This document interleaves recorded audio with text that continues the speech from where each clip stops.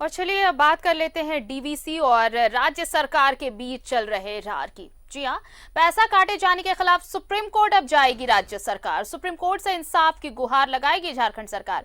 झारखंड के आरबीआई खाते से केंद्र ने फिर 714 करोड़ रुपए काट लिए। डीवीसी के बकाये का दूसरा किस्त भी केंद्र ने काट लिया है। वित्त मंत्री जब ये पैसा काटा गया उसके मामले पर राज्य के वित्त मंत्री डॉक्टर रामेश्वर उरांव ने गहरी नाराजगी जताई है।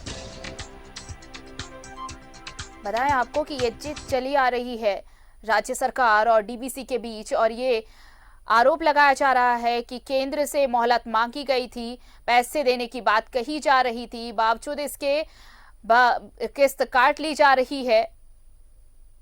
और अब राज्य सरकार सुप्रीम कोर्ट जाने की तैयारी में है इसके खिलाफ। और हमारे साथ ज्यादा जानकारी के साथ जुड़ रहे हैं सहयोगी शाहनवाज। शाहनवाज, देखिए डीवीसी का रवैया बिल्कुल नहीं बदल रहा। अभी थोड़े दिन पहले की बात करें तो जेवीबीएनएल ने यह साफ संकेत दिया था कि जिस तरह से डीवीसी ब्लैकआउट की धमकी दे रहा है पैसे भुगतान के एवज में, वैसे ही जेवीबीएनएल भी उन केंद्रीय संस्थानों में ब्लैकआउट कर देगा अगर उसका बकाया नहीं दिया गया।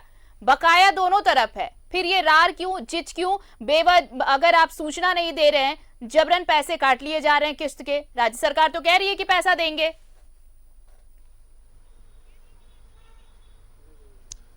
जी हाँ, अब ये करार रार में बदल चुका है। और पहले ही ट्राइपार्टाइज एग्रीमेंट से झारखंड सरकार पिछले दिनों अलग हो गई थी ताकि ये नौबत नहीं आए कि अचानक आरबीआई के तरफ से ये जो झारखंड का फंड होता है उससे ही पैसे डेबिट कर लिए जाएं।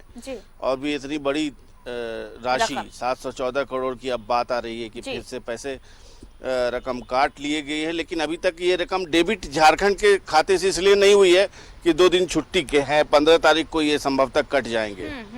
तो ये प्रक्रिया उन लोगों ने शायद पूरी कर ली है और पैसे कटेंगे ही। अब लगता है आगे चल करके जैसे कल की सुबह होगी ये डेबिट इंफॉर्मेशन झारखंड सरकार के फाइनेंस मिनिस्टर को मिल जाएगा। अब पहले ही वो कह चुके हैं कि अगर आपने ऐसा किया तो ये एक तरह से पूरी तरह से ये बात साबित कर देगा कि राजनीतिक विद्वेष की नीति से ऐसा आप कर रहे हैं। पिछले ही हफ्ते इस महत्वपूर्ण टॉपिक पे मैंने उनसे बातचीत की थी तो उन्होंने कहा था कि लगभग 84,000 करोड़ रुपए हमारे रॉयल्टी के, हमारे तरह तरह के जो कोयला के मद में, पानी के मद में, अन्य मदों में बकाये की राशि है वो आखिर हमें कब मिलेगी और हम उसके लिए कहाँ जाएंगे, और ये ट्राइपार्टाइज एग्रीमेंट आप उसके लिए क्यों नहीं करते हैं। नंबर 1। नंबर 2, उन्होंने अन्य राज्यों की मिसालें भी दी। उत्तर प्रदेश की मिसाल दी, बिहार की मिसाल दी, इवन कि उन्होंने उड़ीसा और बंगाल की भी मिसाल दी जहां करीब 5,000 करोड़ के आसपास का सब पर बकाया है, सब पर एक तरफ से बकाया है। कहीं आपने सुना है कि किसी राज्य के आरबीआई फंड से वो पैसे काटे गए हैं? पैसे काटे गए तो सिर्फ एक झारखंड राज्य के पैसे काटे गए, जो छोटा सा राज्य है, इसका जो तमाम रेवेन्यू है उसका सोर्स जो है मिनरल है बेस्ड है और मिनरल का कंट्रोल केंद्र ने अपने हाथ में ले रखा है। ये सारी चीजें नीतिगत फैसले केंद्र करती है। खदान का, कोयले खदान की खास करके मैं बात करूं तो सारा अलॉटमेंट ऑनलाइन केंद्र से होता है। तो भले उसकी रॉयल्टी मिलती है लेकिन आखिर रॉयल्टी कब मिलेगी? 20 साल झारखंड के गठन को हो गए हैं और झारखंड में अब तक बहुत सारी मूलभूत, आप राजधानी रांची को देख लें और पटना से इसको कंपेयर कर लें, आप पाएंगी कि यहाँ पर फ्लाईओवर की संख्या राजधानी में सिर्फ 2 है। 3 फ्लाईओवर निर्माणाधीन है तो पिछले 10 सालों से अभी तक उस पर कोई फैसला नहीं हुआ है। पैसों की कमी साफ झलकती है क्योंकि एक ट्राइबल स्टेट है, बहुत सुदूरवर्ती ग्रामीण क्षेत्रों में बिजली का कनेक्शन पहुंचाने के लिए भी प्रॉब्लम होती है।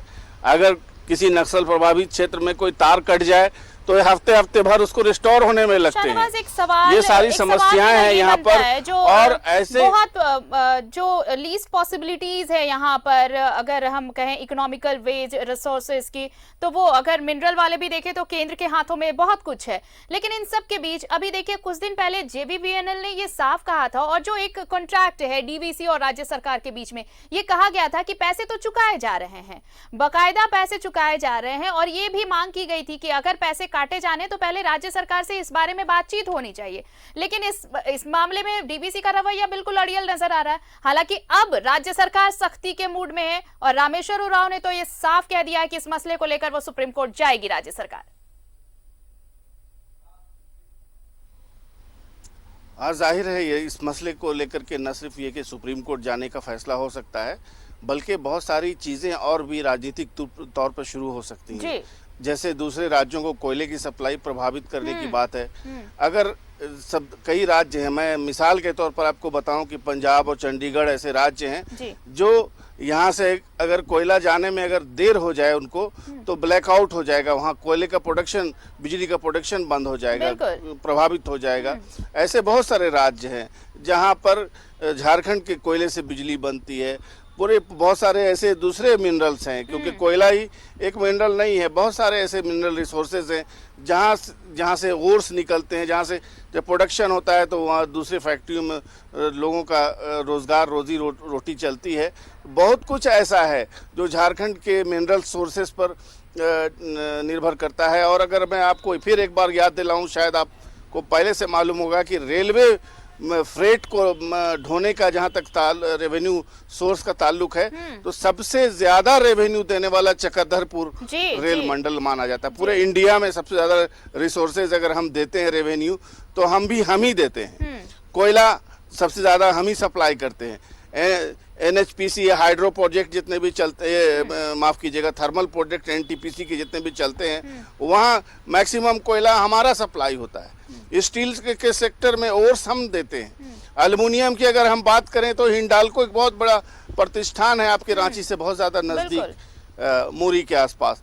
तो कुल मिलाकर के कम से कम 20 या 22 तरह के ऐसे मिनरल्स हैं, यहाँ तक कि सोना से लेके यूरेनियम तक। जो यूरेनियम की अगर हम बात कर लें तो यूरेनियम प्रोडक्शन बहुत आवश्यक है आज के एटॉमिक वर्ल्ड में। बिजली का जनरेशन है, बहुत सारी ऐसी चीजें हैं जो प्रोजेक्ट के बिल्कुल। शाहनवाज, देखिए मेरा एक सवाल ये भी होगा कि अगर ये चीज है, देखिए ये वाइस वर्सा है, अगर डीवीसी कुछ जगहों पर हमारे जिलों में पावर सप्लाई कर रहा है तो बहुत जगह JBVNL भी ऐसे बहुत सारे सेंट्रल इंस्टीट्यूशंस हैं जहां पर ये पावर सप्लाई दे रहा है। इन सब के बाद अगर इस तरह का रिएक्शन आता है तो क्या ये जो पॉलिटिकल, अगर कहें कि सियासी खींचतान है, उसकी वजह से ये सब हो रहा है तो गलत नहीं होगा कि क्योंकि केंद्र और राज्य सरकार के बीच ये महज एक इश्यू बनकर रह जाए और इसका खामियाजा जनता भुगत रही है? बेशक 7 जो कमांड डिस्ट्रिक्ट्स हैं जहां पर डीवीसी से बिजली सप्लाई होती है, वहां पर अब लोड शेडिंग चल रही होगी। मेरे ख्याल से धमकी दी है उन्होंने लगातार, तो वो तो अब पैसे काट रहे हैं, तो जाहिर है ये दोहरी मार है इस राज्य पर। और जब आप इस तरह का सौतेला व्यवहार कर रहे हैं तो पॉलिटिकली अगर कुछ पार्टीज इसका प्रतिरोध करने सड़कों पे उतरे, राष्ट्रीय स्तर पर कोई ऐसा केओस पैदा हो जाए, वो भी ऐसे समय में जब देश और राज्य पैंडेमिक से उभर रहा है, तरह तरह से संघर्ष चल रहे हैं, फैक्ट्रीज खुली हुई हैं, अब वहां पर काम शुरू हुआ है, थोड़ा सा प्रोडक्शन दिखाई दे रहा है। ऐसे समय में एक नहीं 2 बार, एक बार सबसे पहले तो 1400 कुछ रुपए डेबिट कर लेना, ऐसे समय में जब क्राइसिस का टाइम था, बिल्कुल मिड ऑन क्राइसिस का टाइम था, बिल्कुल बीच में फेज में, जब पैसों की इतनी सख्त ज़रूरत थी, जब सैलरी के पैसे तक बैलेंस नहीं बचे थे सरकार के पास, तो एक तरह से एक छोटे से राज्य की ऐसी सरकार को परेशान और प्रताड़ित करने का ये पूरा का पूरा षड्यंत्र मालूम होता है राजनीतिक तौर पर। क्योंकि हम इसको चलिए भले ही षड्यंत्र हो शाहनवाज, लेकिन अब राज्य सरकार भी सख्ती के मूड में आ गई है और इसी का परिणाम है कि अब राज्य सरकार सुप्रीम कोर्ट जाने की बात करी। और न सिर्फ सुप्रीम कोर्ट, जिस तरह से तेवर दिखाए राज्य सरकार ने कहा है कि अगर बात नहीं मानी जाएगी तो फिर और भी बहुत सारे रास्ते हैं जिनसे समझाया जा सकेगा। फिलहाल बहुत बहुत शुक्रिया आपका तमाम जानकारी के लिए। तो डीवीसी ने एक बार फिर राज्य मद से कटौती की है 714 करोड़ रुपए, और बताया आपको कि ये बकाया भुगतान की मांग की जा रही थी और इसके बाद अगर ये पैसे डेबिट हो गए हैं तो एक बार फिर राज्य सरकार ने गहरी नाराजगी जताई है और मंत्री डॉक्टर रामेश्वर उरांव ने तो ये कहा है कि इसके खिलाफ सरकार सुप्रीम कोर्ट जाएगी।